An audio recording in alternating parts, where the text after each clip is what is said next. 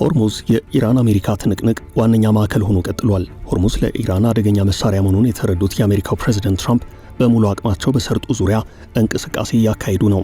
ኢራንን አድክሞ ለድርድር ማስቀመጥ የሚለው የትራምፕ ዋነኛ ዕቅድ ነው። ከሰሞኑ በነጩ ቤተ መንግስት የቀረበው ታላቁ የአሜሪካ ዕቅድ ትራምፕን ደስተኛ አድርጓል። ዕቅዱ ከሆርሙዝ ሰርጥ እገዳ ጋር የተያዘ ሲሆን ይህንን ያብራሩት የዋይት ሃውስ ፕሬስ ሴክሬታሪያት ካሮሊን ሌቪት ናቸው። የአሜሪካ ዕቅድ እየሰራ ነው ሲሉ ተናግረዋል። በእቅዳችን የኢራንን ኢኮኖሚ በሙሉ አንቀን ይዘናል። በቀን $500 ሚሊዮን እያጡ ነው።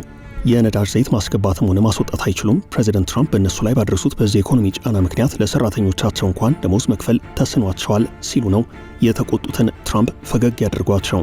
ይህ ፈገግታቸውም ሆነ ደስታቸው ውሎ ሳያድር ኢራን ትራምፕን ማምለጧን የሚያሳይ መረጃ ይፋ አድርጋለች። ይህ የትራምፕ ፈገግታ ሳይደበዝዝ ኢራን ደግሞ ሌላ መረጃ ይፋ አድርጋለች።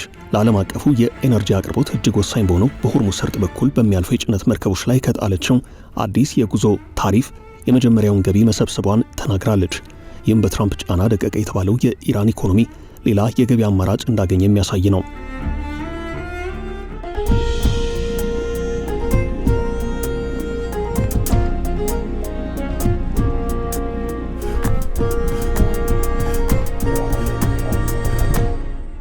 ስለ ጉዳዩ ማብራሪያ የሰጡት የኢራን ፓርላማ ምክትል አፈ ጉባኤ አምዴሬዛ ሃጂ ከመተላለፊያ ክፍያ የተገኘው የመጀመሪያው ገቢ በሀገሪቱ ማዕከላዊ ባንክ ውስጥ ገቢ ሆኗል ብለዋል።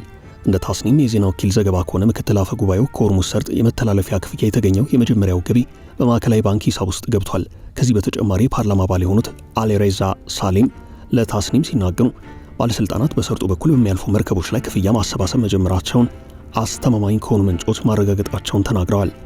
የክፍያ መጠኑ የሚሰላው መርከቦቹ በሚጭኑት የጭነት አይነትና መጠን እንዲሁም በእያንዳንዱ መርከብ ላይ ሊኖር በሚችለው የደህንነት ስጋት ላይ ተመስርቶ ነው። ኢራን የታሪፍ መጠኑን የመወሰንና አሰባሰቡን የመቆጣጠር ኃላፊነትም ወስዳለች። ሆኖም እስካሁን ድረስ ስንት መርከቦች ክፍያውን ፈጽመው በጠቅላላው ምን ያህል ገቢ እንደተሰበሰበ ባለስልጣናቱ አልተናገሩም። እንደ አሜሪካ ባለስልጣናት ትንተና ኢራን በትንቅንቁ በቀን $500 ሚሊዮን እያጣች ነው። የህርግ ደሴት በሙሉ ተይዟል። የነዳጅ ዘይት ማስገባትም ሆነ ማስወጣት አይቻልም። ትራምፕ ተኩስ አቁሙን ያራዘሙት ይህን በማስላት ነው እየተባለ ነው። ትራምፕ አሁንም የኢራን ጉዳይ በቁጥጥራቸው ስር እንደሆነ ይናገራሉ። ኢራን በአንጻሩ አሸነፍኩ እያለች ነው። ጉዳዩ የስነ ልቦና ጦርነት ጭምር በግልጽ የሚታይበት ነው። ሆርሙዝን ማዕከል አድርጎ የተራዘመው የተኩስ አቁም ስምምነት የሚያበቃበት ቀን ባይቀመጥም ኢራን የሆርሙዝን የባህር ወሽመጥ ዳግም እንደማትከፍት በመግለጿ ሁለቱ ወገኖች ከባድ ፍጥጫ ውስጥ ናቸው። ድርድሩ በአንድ ወገን ተስፋ ያለው አይመስልም። ትንቅንቁ በቀን በቀን እየከበደ ነው። ኢራን ትራምፕን ወሳኝ ቦታ ላይ ፊት ለፊት ተጋፍጣለች። ትራምፕ ጦርነቱን በቅርቡ አጠናቀቃለሁ ከሚለው ንግግራቸው አታጣድፉኝ፣ ቀስ ብዬ እቋጨዋለሁ ወደሚል አቋም አምርተዋል። ይህን አቋም የያዙት መጨረሻ ላይ ተስበው የገቡበት የሆርሙዝ ወሽመጥ ትንቅንቅ ከባድ ስለሆነ ነው። ኢራን ደግሞ የሆርሙዝ ጌታ ስለሆነች እንዲህ በቀላሉ እጅ አትሰጥም። የትራምፕ የሆርሙዝ ደሴት ፍጥጫ ወደ ፍጻሜ ጦርነት ሳይሆን ወደ ተራዘመ ጦርነት ይወስዳቸዋል። የጦርነቱ መራዘም አሜሪካንን እንደሚጎዳ ግምገማ ያላቸው ተንታኞች በትራምፕ ላይ ጫና እየፈጠሩ ነው። የጦርነቱ መራዘም ደግሞ አሜሪካ ከራሳቸው ሰዎች ወገን ጫና እያሳደረባቸው ነው። ትራምፕ ለነሱ ያላቸው አጭር ምላሽ አታጣድፉኝ የሚል ነው። ከኢራን ጋር የሚደረገውን የጦርነት ለመቋጨት እየተጣደፉ አለመሆኑን ለፎክስ ኒውስ ተናግረዋል። ፕሬዚደንቱ ከቴሌቪዥን ጣቢያው ጋር በነበራቸው የስልክ ቃለ መጠይቅ ከኢራን ጋር የተደረሰውንና ረቡዕ ዕለት የተጠናቀቀውን የተኩስ አቁም ያራዘሙት የጊዜ ጫና ኖሮባቸው እንዳልሆነ ገልጸዋል። በደፈናው ጥሩ ስምምነት ላይ እንዲደረስ እንደሚፈልጉ የተናገሩት ትራምፕ ጦርነቱን ለመቋጨት እንደማይጣደፉ ነው የተናገሩት። የዋይት ሃውስ ፕሬስ ሴክሬታሪ ካሮሊን ሌቪት ከኢራን ጋር የሚደረገው ድርድር መቀጠሉንና ፕሬዚደንቱ ቀይ መስመሮችን በእጅጉ ግልጽ ማድረጋቸውን ጠቁመዋል። ከትራምፕ ፍላጎቶች አንዱ ኢራን ያበለጸገችውን የዩራኒየም ክምችት ለአሜሪካ አሳልፎ መስጠት የሚለው ነው። አሜሪካ ስለ ድርድሩ ከኢራን አገዛዝ ምላሽ ለማግኘት እየጠበቀች መሆኑን የተናገሩት ቃል አቀባዩ እስካሁን ወጥ የሆነ መልእክት ስላልተላከ ነው የተኩስ አቁሙ የተራዘመው ብለዋል። የዴሞክራቶች መሪ የሆኑት ሴናተር ቻክ ሹመር ፕሬዚደንት ትራምፕ በኢራን ላይ የሚከተሉትን ስትራቴጂ አጥብቀው ተችተዋል። ጦርነቱን በተቻለ መጠን ማጠናቀቅ ይገባል ብለዋል። ባለስልጣኑ ለጋዜጠኞች በሰጡት ቃል ትራምፕ ራሳቸውን ከጊዜ ወደ ጊዜ ወደ ጥልቅ ጉድጓድ እየከተቱ ነው ሲሉ ወቀሳ አሰምተዋል። በየቀኑ በሆርሙዝ ስትሬት ተጨማሪ ችግሮችን እያየን ነው። ይበልጥ ጽንፈኛና ተዋጊ የሆነ የኢራን አመራር እየመጣ ነው ብለዋል። ያላቸው የኒክሌር ቁሳቁስ ይበልጥ እየተደበቀ ነው ያሉት እኚህ ባለስልጣን ስለዚህ እየሰሩት ያለው ትልቅ ስህተት ይህ ነው በማለት ትራምፕን ተችተዋል። ፍጥጫውን በድርድር ለመፍታት የሚደረጉ ጥረቶች ያሉ ቢሆኑም መሬት ላይ የሚታየው እውነታ ግን ከዚያ የተለየ ነው።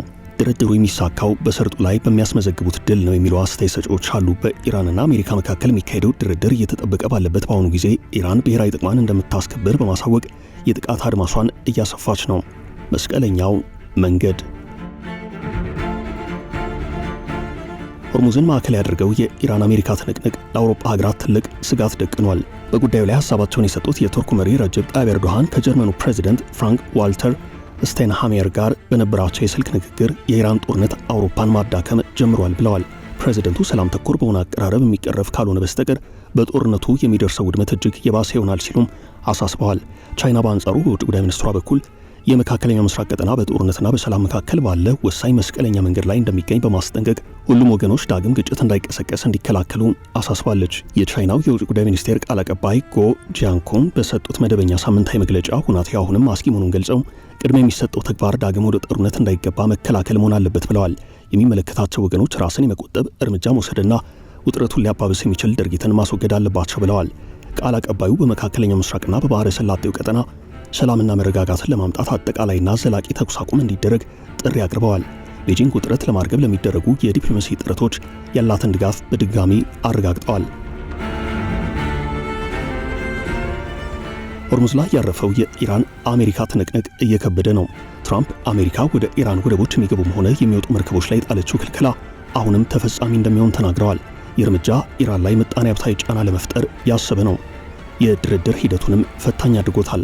ፓኪስታን ግን ተስፋ ባለመቁረጥ በአሜሪካና ኢራን መካከል ለሚደረገው ሁለተኛ ዙር የሰላም ድርድር ዝግጅቷን ቀጥላለች። እስካሁን ባለው ሁኔታ ከአሜሪካ ወይንም ከኢራን የተውጣጡ ልዑካን ቡድን ይሳተፉ እንደሆነ ማረጋገጥ አልተቻለም።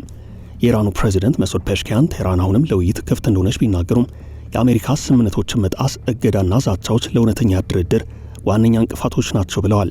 የአሜሪካንን ልዑክ ይመራሉ ተብለው የሚጠበቁት ጄዲ ቫንስ በአሜሪካ ናቸው። ትራምፕ ረቡዕ ዕለት ሊጠናቀቅ የነበረውን የተኩስ አቁም ስምምነት በድጋሚ ያራዝመዋል። ከኢራን ጋር እያደረጉት ያለው ጦርነት መቼ እንደሚቆም የጊዜ ገደብ አልተቀመጠም።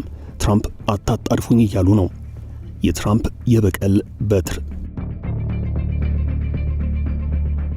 ትራምፕ በዚህ ጦርነት ኢራንም ብቻ አይደለም እየጎዱ ያሉት፣ የአሜሪካም ኢኮኖሚ ፈተና ውስጥ እንደገባ ይነገራል።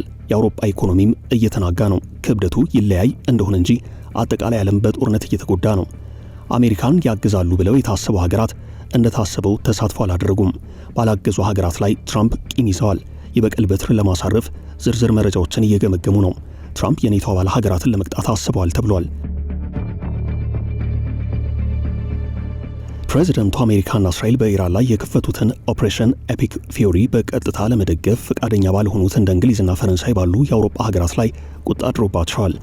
ይህ ዝርዝር ማለትም በትራምፕ እንቅስቃሴ ላይ ተባባሪና ተባባሪ ያልሆኑ ሀገራት ተብለው የተለዩት በጦርነቱ ላይ ባሳዩት ተሳትፎ ልክ ደረጃ የሚሰጣቸው ሲሆን ድጋፍ ያልሰጡትን ለመቅጣት ትራምፕ ሐሳብ አላቸው። በየካቲት ወር መጨረሻ የጀመረውን ይህን መጠነ ሰፊ ጦርነት በመካከለኛው ምስራቅ ከፍተኛ ቀውስ የፈጠረ ሲሆን በተለይም በሆርሙዝ የባህር ወሽመጥ ላይ በተጣለው እገዳ ምክንያት ዓለም አቀፍ የነዳጅና የጋዝ እጥረት ተከስቷል።